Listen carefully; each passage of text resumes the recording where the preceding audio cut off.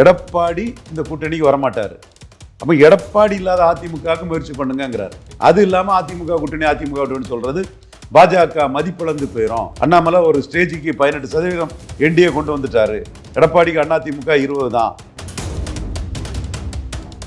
இவர் அண்ணாமலை தான் தெளிவா நின்று பலகீனமானவங்க இளைஞர்கள் இல்லாதவங்க தான் விஜயை தேடுவாங்கன்னு செல்லூர் ராஜா இழுத்து பிடிச்சி அடிச்சிருக்கிறார். கிறிஸ்டின் முஸ்லீம் தான் தமிழ்நாட்டில் கருத்துருவாக்கத்திலையும் டாப், தேர்தல் முடிவு பண்ணதுலையும் டாப். மோடிக்கு எதிராக பிஜேபிக்கு எதிராக ஒற்றுமையாக ஓட்டு போடுவாங்க. மீனாட்சிபுரம் மத மாற்றம் காலகட்டத்தில் என் பணத்தின் மீது தான் முஸ்லீமை தாக்க முடியும்லாம் ஓங்கி அடிச்சார்.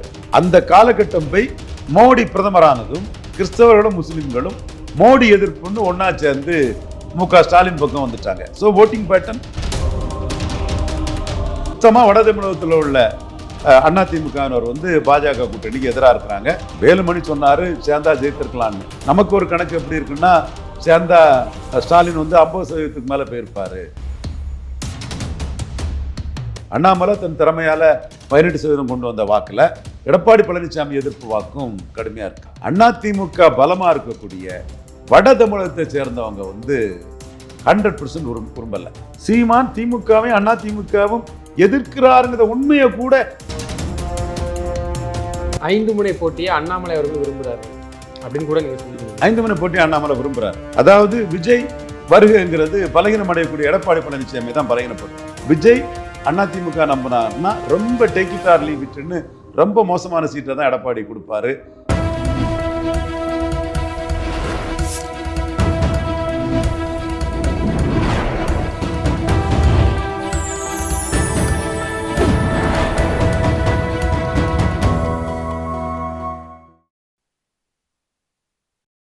சேனல் 5 தமிழ் நேயர்களுக்கு வணக்கம். இன்றைய நேர்காணலில் நம்மோடு பேச இருப்பது அரசியல் விமர்சகர் ரவீந்திரன் துரைசாமி அவர்கள். சார் வணக்கம். சார் வணக்கம் தம்பி. அதிமுக பாஜக கூட்டணி 26ல் கூட்டணி கிட்டத்தட்ட வச்சாதான் ஜெயிக்க முடியுங்கிற மாதிரிலாம் பரவலாக பேச்சு அடிபட்டு வருது. அதே நேரத்தில் அண்ணாமலைக்கு எடப்பாடியை பிடிக்கல, எடப்பாடிக்கு அண்ணாமலையை பிடிக்கல அப்படிங்கிற ஒரு பார்வை இருக்கு. வச்சா ஜெயிக்க முடியும்னு யார் சொன்னா? இல்லை, வச்சு ஜெயித்துட்டாங்களா? ஒரு மூத்த பத்திரிகையாளர் குருமூர்த்தி அவர்கள் கூட பேசுறாரு. துக்ளக் ஆசிரியர் குருமூர்த்தி பேசியிருக்காரு. அவர் என்ன சொல்றாருன்னா, எடப்பாடி இந்த கூட்டணிக்கு வரமாட்டாரு. அப்போ எடப்பாடி இல்லாத அதிமுகவுக்கு முயற்சி பண்ணுங்கிறாரு. அது இல்லாமல் அதிமுக கூட்டணி சொல்றது பாஜக மதிப்பிழந்து போயிடும். அண்ணாமலை ஒரு ஸ்டேஜுக்கு 18% என்டிஏ கொண்டு வந்துட்டாரு. எடப்பாடிக்கு அதிமுக 20 தான். 100ன்னா 90, 10ன்னா 9, 20ன்னா 18, 30ன்னா 27, 40ன்னா 36, அந்த மாதிரி ஒரு அவங்களுக்கு 90% கொண்டு வந்துட்டாரு அண்ணாமலை. அப்படி கொண்டு வந்த பிறகு நீங்கள் தேவையில்லாமல் எடப்பாடியை ப்ரொஜெக்ட் பண்ணாண்டாங்கிறதும் சொல்கிறாப்புல. அவர் சொன்ன அந்த காலகட்டத்துக்கு பிறகு தமிழிசை அம்மையார் நம்ம கடுமையாக விமர்சித்தோம். அதுக்கு பிறகு அவங்களும் எதுவும் பண்ணலை, நயனார் நாகேந்திரன் எதுவும் பண்ணலை. இப்போ இவர் அண்ணாமலை தான் தெளிவாக நின்று பலகீனமானவங்க இளைஞர்கள் இல்லாதவங்க தான் விஜயை தேடுவாங்கன்னு செல்லூர் ராஜா இழுத்து பிடிச்சி அடிச்சிருக்கிறார். நீங்க சொன்ன மாதிரி அந்த 18% வாக்கு இஸ்லாமியர்கள் வாக்கும் கிறிஸ்தவர்கள் வாக்கும் எங்களுக்கு நாங்கள் பிஜேபியோட கூட்டணி வைக்க போதான் எங்களுக்கு நாங்கள் இழந்துட்டோம். 21ல் தனிச்சு தானே நீங்கள் அப்போலாம் பெறாது, இப்போ எப்படி நீங்கள் அது சாத்தியமாகும்னு சொல்லி 21ல் தான் அந்த 18% மு.க. ஸ்டாலினுக்கு போனதுனால நாங்கள் 5.5%ல் தோத்தோன்னு சொல்கிறாங்க. எங்களோட தோல்வி 45 மு.க. ஸ்டாலின் தலைமையிலான அணிக்கு, 40% என்டிஏக்கு, எடப்பாடி பழனிசாமி பன்னீர்செல்வம் இரட்டை தலைமைக்கு பாஜக இருந்தாங்க. பாமக 10.5 இருந்தது. தேவேந்திர குல வேளாளர் பெயர் மாற்றம் இருந்து எல்லாம் இருந்தும் 18% கிறிஸ்டின்ஸ் டிசைடிங் ஃபேக்டர் ஆகிட்டாங்க. கிறிஸ்டின் முஸ்லீம் தான் தமிழ்நாட்டில் கருத்துருவாக்கத்திலையும் டாப், தேர்தல் முடிவு பண்ணதுலையும் டாப். மோடிக்கு எதிராக பிஜேபிக்கு எதிராக ஒற்றுமையாக ஓட்டு போடுவாங்க. அன்னைக்கு கலைஞர் புரட்சி தலைவர் காலகட்டத்தில் கிறிஸ்தவர்கள் மக்கள் தலைமை எம்ஜிஆருக்கு அதிகம் ஓட்டு போடுவாங்க. கிறிஸ்தவ நாடார எம்ஜிஆர் பிசியில் சேர்த்தாரு. Sheriff, Rex, mayor Patrajan, PH Pandian, SN Rajendran, JCD Prabhakaran, JPR, இப்படி பல கிறிஸ்தவர்களை எம்ஜிஆர் ரெப்ரசன்ட் பண்ணார். அப்போது கிறிஸ்தவர்கள் கொஞ்சம் அதிக அளவிலே எம்ஜிஆருக்கு ஓட்டு போட்டாங்க. என் பிணத்தின் மீது தான் முஸ்லீமை தாக்க வேண்டும்னு மீனாட்சிபுரம் மதமாற்ற அந்த பிரச்சனை முஸ்லீம். அது கூட கற்பாய் என்ற நூர்ஜஹான் தம்பி அன்வர் பாலசிங்க ஒரு புக் எழுதியிருக்காப்புல. கற்பாய் என்ற நூர்ஜஹான் அது தொடர்பாட்டு உள்ள பின்னுடைவுகளுக்கு ஒரு புக்கு தம்பி அன்வர் பாலசிங்கம், இப்போ என்ன பென்னிக்விக் பாலசிங்கம் தம்பி எழுதியிருக்காப்புல. அந்த காலகட்டத்தில் கலைஞர் வந்து மீனாட்சிபுரம் மதமாற்றம் காலகட்டத்தில் என் பிணத்தின் மீது தான் முஸ்லீமை தாக்க முடியும்லாம் ஓங்கி அடித்தார். அப்போது கலைஞருக்கு முஸ்லீம் ஓட்டு அதிகம், எம்ஜிஆருக்கு கிறிஸ்தவர்கள் ஓட்டு அதிகம். அது அன்னைக்கு உள்ள ஒரு காலகட்டமாக இருந்தது. அந்த காலகட்டம் போய் மோடி பிரதமரானதும் கிறிஸ்தவர்களும் முஸ்லீம்களும் மோடி எதிர்ப்புன்னு ஒன்றா சேர்ந்து மு.க. ஸ்டாலின் பக்கம் வந்துட்டாங்க. ஸோ ஓட்டிங் பேட்டர்ன் மாறி போச்சு. அதான் பலருக்கும் புரியல. ஸ்டாலினுக்கு உயரம் ரொம்ப பெருசாகிடுச்சு. கிறிஸ்தவர்களும் முஸ்லீம்களும் ஒன்று சேர்ந்து ஸ்டாலின் ஆதரிக்கிறாங்க. கலைஞரை முஸ்லீம் மட்டும்தான் ஆதரிச்சாங்க. இங்கே கிறிஸ்டினை எம்ஜிஆர் அதிகம் ஆதரிச்சாங்க. எம்ஜிஆருக்கு முஸ்லீம் குறவு, கலைஞரும் கிறிஸ்டின் குறவு. ஸோ இது என் பிளாக்கா மு.க. ஸ்டாலினுக்கு 18% இருக்குன்னு சொல்லும் போது இதை மீறி ஜெயிக்க முடியாதுன்னு எடப்பாடி பழனிசாமி தரப்பு தெளிவாக நம்புறாங்க. அது வட தமிழகத்தில் வந்து பாஜகவுக்கு செல்வாக்கு இல்லையா. அப்போ அட்டவணை பிரிவு மக்கள், பறையர் சமூக, பறையர் மறையர்னு உயரிய விளிம்பியங்கள் கொண்ட அந்த சமூக மக்கள்னாலும் கூட அவங்க கிட்ட வந்து தலித் கிறிஸ்தவர்கள் நிறைய பேர் இருக்காங்க. அவங்க தெளிவா இந்து பறையர்களை இன்ஃப்ளூயன்ஸ் பண்ணிடுறாங்க. இதுதான் சி.வி. சண்முகம் போன்றவங்கெல்லாம் வந்து ஆதாரத்தோட சொல்றேன். அவங்க பேசினதைத்தான் நான் பதிவு பண்ணியிருக்கிறேன். அப்பவே அவர் பேசினதை தான் பதிவு பண்ணியிருப்போம்னா பொய் உலக கொடுத்துருக்க முடியாது. ஸோ அவங்க இதை பேசுறாங்க. இது ஜெயக்குமார் போன்றவங்க 30,000 ஓட்டு எனக்கு மைனஸில் நான் போக வேண்டியதுக்குங்கிறாங்க.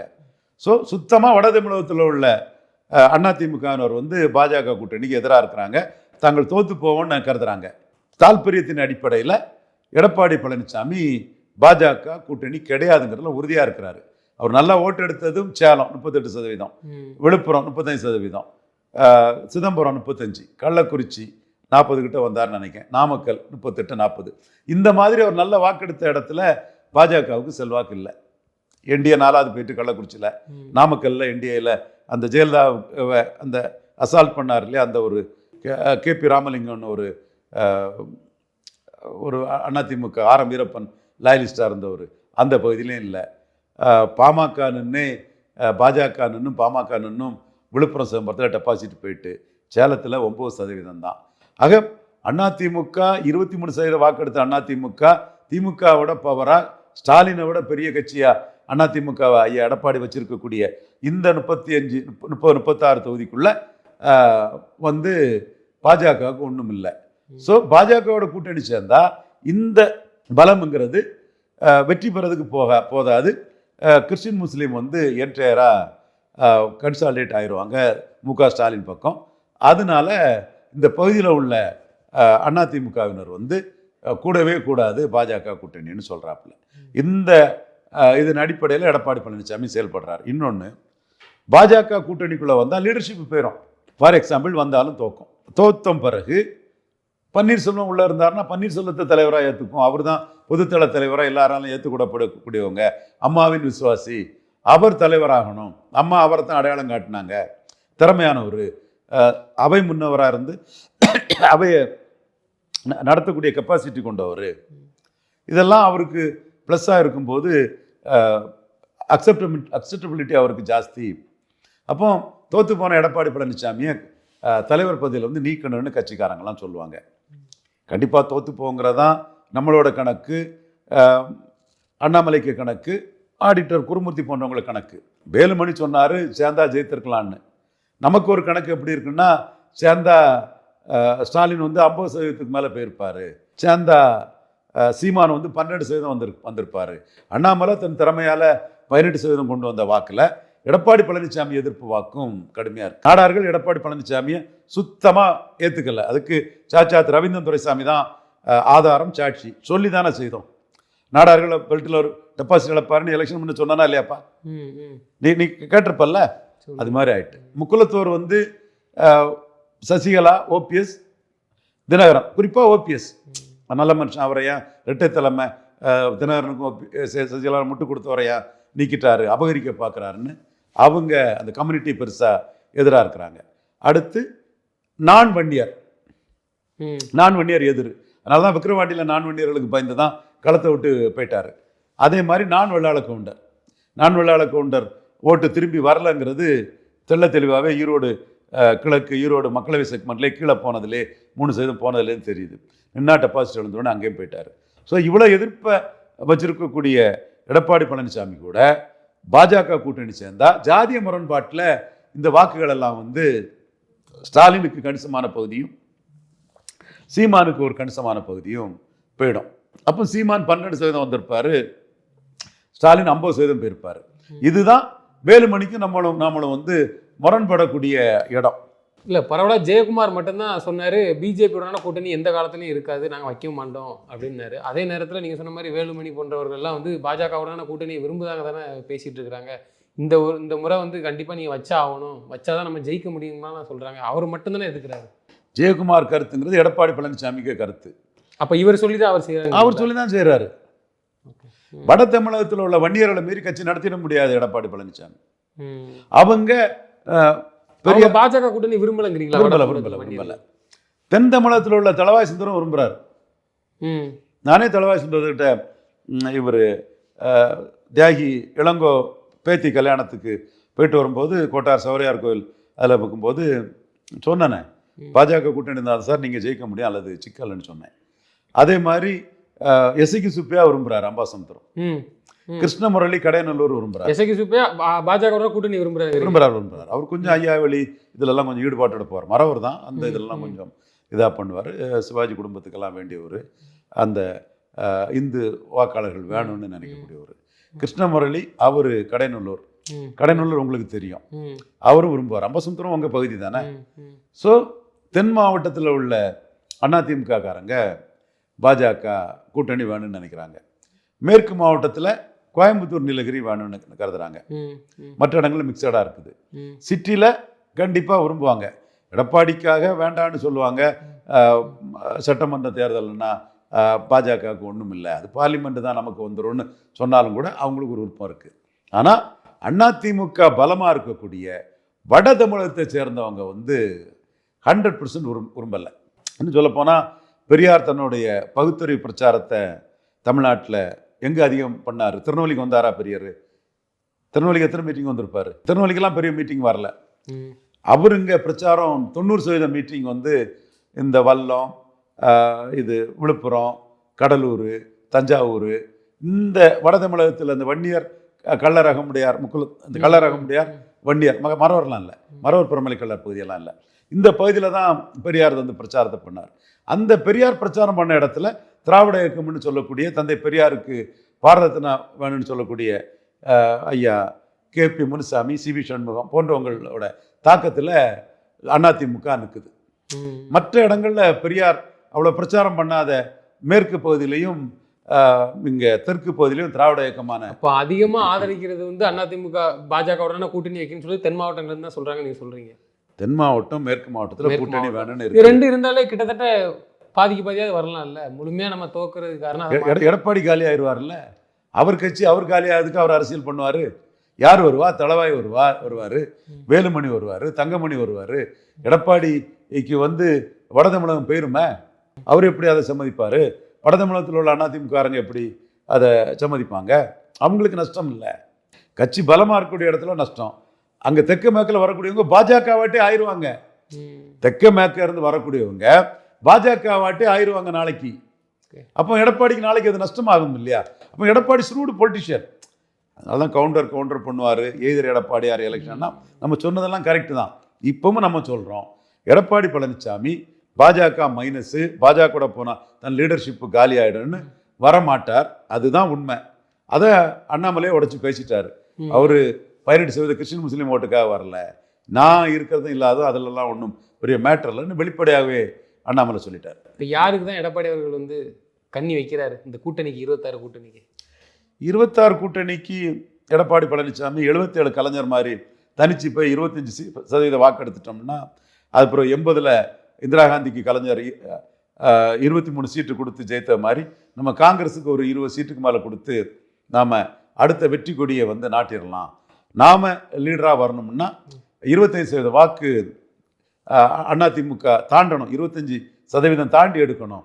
இப்போ நீங்கள் என்டிஏ கூட கூட்டணி போனால் 20-18 தான், கூடி போனால் 22-19 ரன் வரும், குறைஞ்சா 18-16 வரும் ரேஷியோ படி. அப்போ அந்த 20க்குள்ளே தான் நிற்கும். அவர் என்ன நினைக்கிறாருன்னா இந்த 18க்குள்ள உள்ள இருந்து தனக்கு தனிச்சு நின்னாலே ஒரு ஓட்டு வரும்னு நினைக்கிறார். அப்போ தனிச்சு தான் நிற்க போறாரா? தனிச்சுன்னா பாஜக இல்லாமல் அவர் தலைமையில் அவர் அப்படி என்ன பார்ப்பாருன்னா சீமான் தனிச்சு நின்றுவார், என்டிஏ அண்ணாமலை தனிச்சு நின்றுவார், திமுக கூட்டணி அப்படி இருக்கும். அப்போ மீதி அவர்கிட்ட வரக்கூடிய கட்சிகள்லாம் தனிச்சு நிற்க முடியாத கட்சிகள். இப்போ சீமான் நிகழ்வு விளம்பரத்தை பார்த்தீங்களா? அண்ணா திமுக அடிச்சிருக்காரு பார்த்தீங்களா? கடுமையாக அடிச்சிருக்காரு பார்த்தீங்களா? ஏன் இதை நான் சொல்கிறோம்னா சீமான் திமுகவும் அண்ணா திமுகவும் எதிர்க்கிறாருங்கிற உண்மையை கூட ஊடகங்கள் சொல்லாததான் நமக்கு வருத்தமான ஒரு விஷயம். நம்ம ஒரு உங்களுக்கு பல கருத்துக்கள் இருக்கலாம், வெப் டிவியில் இருக்கவங்களுக்கெல்லாம் பல கருத்து இருக்கலாம். பட் ஊடகவியலாளர்கள் அந்த இதை தெளிவாக பண்ணணும். நான் இதை சில ஊடகவியலாளர்கள் திருந்ததுக்காக தான் நான் சொல்கிறேன். அந்த ஊடகவியலாளர்களை நான் பேர சொல்கிறதுக்கும் தயாராக இருக்கிறேன். இங்கே திமுக எதிர்ப்பு அப்படி இல்லை. சீமான் எடப்பாடி பழனிசாமிக்கு ஈர்ப்பு சக்தி இல்லை. ஈர்ப்பு சக்தி இல்லாத எடப்பாடி பழனிசாமியை பறையர் தேவேந்திர குல வேளாளர், மன்னார் நாவிதர் குயவர், முத்திரையர் யாதவர், செங்குந்தர் போன்ற சமூகங்களில் பலகீனப்படுத்தி வளரலாம்னு நினைக்கிறாரு. இந்த பாருங்க, இந்த இதில் திராவிட கட்சிகளுக்கும் 2 கொள்கை தான். ஒன்று, உழைக்காமல் பணம் சம்பாதிக்க வேண்டும், அப்படி சேர்த்த பணத்தை பாதுகாக்க அதிகாரம் வேண்டும், மக்கள் பிரச்சனை. அதாவது இதில் சீமான் எடப்பாடியை பலகீனப்படுத்தி வளர்ந்துடலான்னு உறுதியாக நம்புறாரு. ஆனால் ஊடகத்தில் அதிமுக ஓட்டு யாருக்கு போகும்? ஈரோடு கிழக்கு. எடப்பாடியை பலவீனப்படுத்தி அந்த இடத்த நம்ம தக்க வைக்கணும் திரு சீமான் அவர்கள் நினைக்கிறார். அதனால தான் தனிச்சு கலங்காங்கிற நீங்க சொல்லுங்க. இதே நிலை தானே அண்ணாமலை அவர்கள்? எஸ், அண்ணாமலை அதுதான் சொல்றாரு. இந்த இடம் தான் நான் காட்டுறேன். அண்ணாமலை அதில் கோட்டை விட்டாருன்னா அந்த காமராஜ் தலைமையில் நின்ன இது 38% திமுக வேண்டாம், அண்ணா திமுக வேண்டாம், ஒரே குட்டையில் உரிய மட்டைகள் நின்ன பெருந்தலைவர் காமராஜ் சொன்ன காலகட்டத்தில் கோயம்புத்தூர் இடைத்தேர்தல், கோயம்புத்தூர் மக்களவை இடைத்தேர்தல் எல்லாம் வரும்போது 38-40% வாக்கு தான் காங்கிரஸ் அவங்களுக்கு கிடைச்சிது, அணி கிடைச்சிது. எம்ஜிஆர் கம்யூனிஸ்ட் அணிக்கு ஒரு 40% 500 ஓட்டில் தான் கோயம்புத்தூரில் ஜெயித்தார். கோவையிலையும் எம்ஜிஆர் தான் ஜெயித்தார், வெற்றி வீரர் எம்ஜிஆர் தான். ஆனால் 4 கொங்கு வேளாளர் கவுண்டர் தொகுதியில் காமராஜோட அணிக்கு தான் வாக்கு அதிகம். திருப்பூரில் உள்ள ஒரு 20,000 ஓட்டு லீடிங் கம்யூனிஸ்டில் அந்த கான்ட்ரிபியூஷனில் எம்ஜிஆர் ஜெயித்தார். அப்போ ஒரு நியர்லி ஒரு 40% ஓட்டர்ஸ் ஒரே குட்டையில் ஊரிய மட்டைகள்னு பெருந்தலைவர் காமராஜ் சொன்னதை ஏற்றுக்கொள்ளக்கூடிய அளவுக்கு 1977ஆம் ஆண்டு மூப்பனார் தலைமையில் 17 + ஒரு 2 20%, பாரா தலைமையில் ஒரு 16%, ஒரு 36% வாக்குகளை பெற்றிருந்தாங்க. அந்த ஃபேமிலி சென்டிமெண்ட்டில் உள்ளவங்களும் அவங்களோட பேர குழந்தைகள், தம்பி, தங்கச்சி, இந்த மாதிரி அவங்களோட வம்சாவளியினரும் தான் தேசிய எண்ணம் கொண்டு திமுக வேண்டாம், அண்ணா திமுக வேண்டான்னு இருக்கிறாப்புல.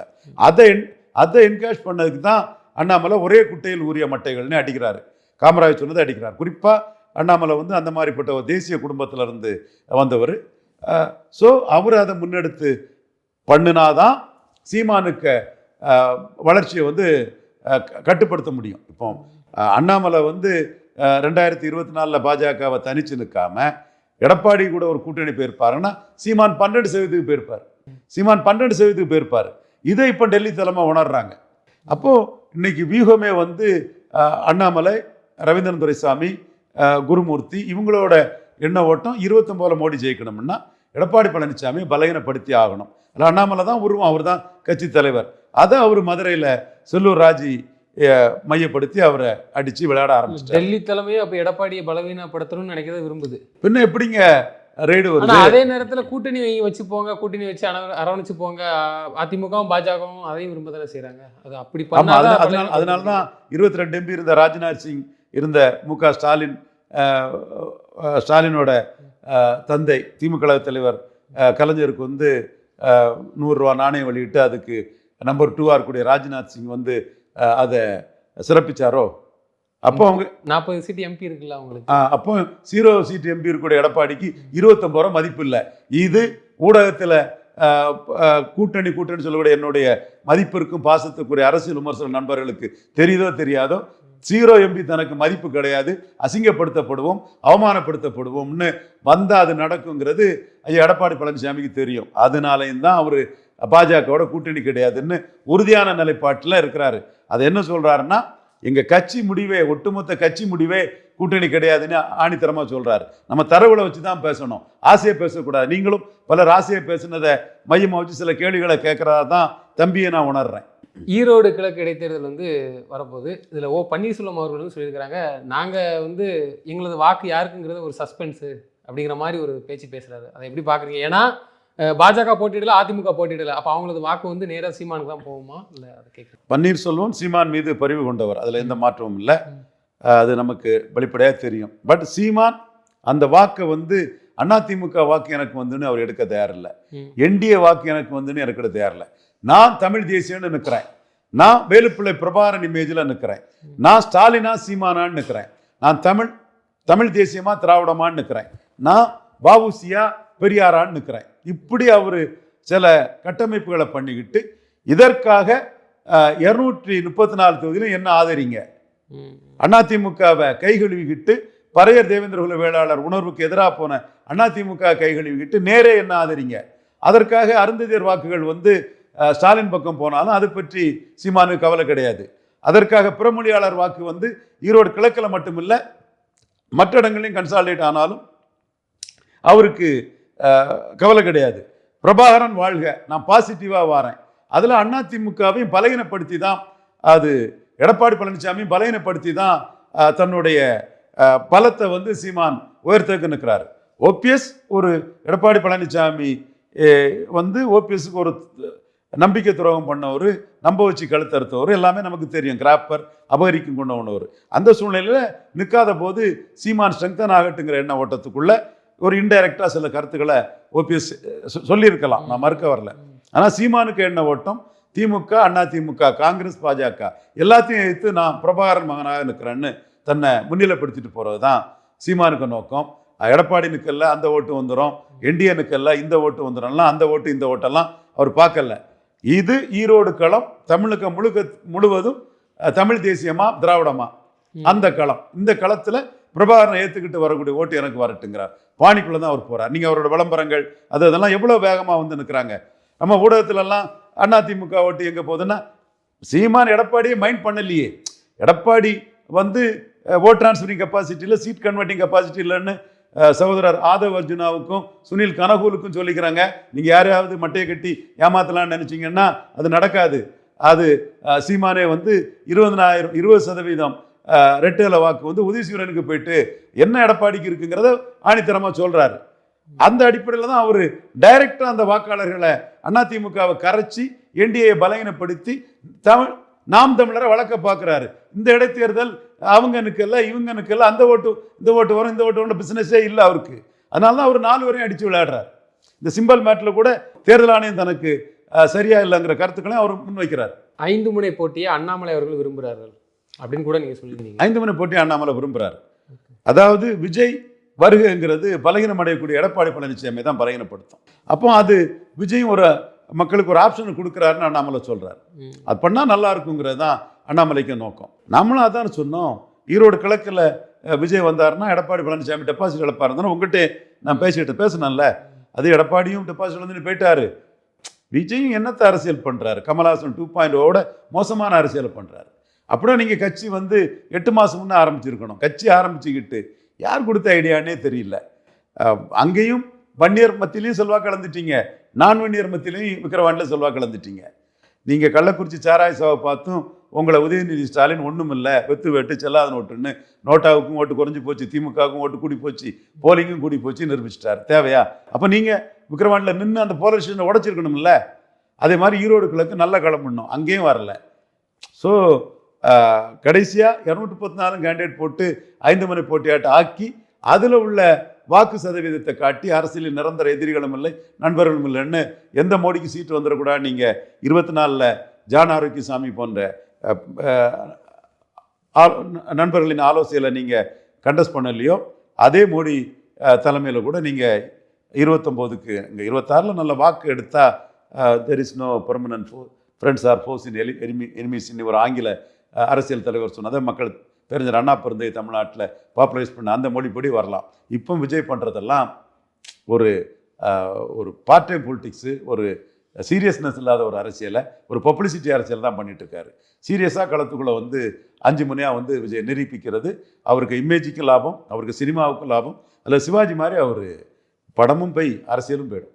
அதிமுகவை சேர்ந்தவர்கள் குறிப்பாக எடப்பாடி பழனிசாமி நேரடியாக ஆதரிக்கக்கூடியவர்கள்லாம் வந்து விஜயுடனான ஒரு கூட்டணி வந்து வைக்க சொல்றாங்க அப்படின்னு ஒரு பேச்சு அடிபடுதா?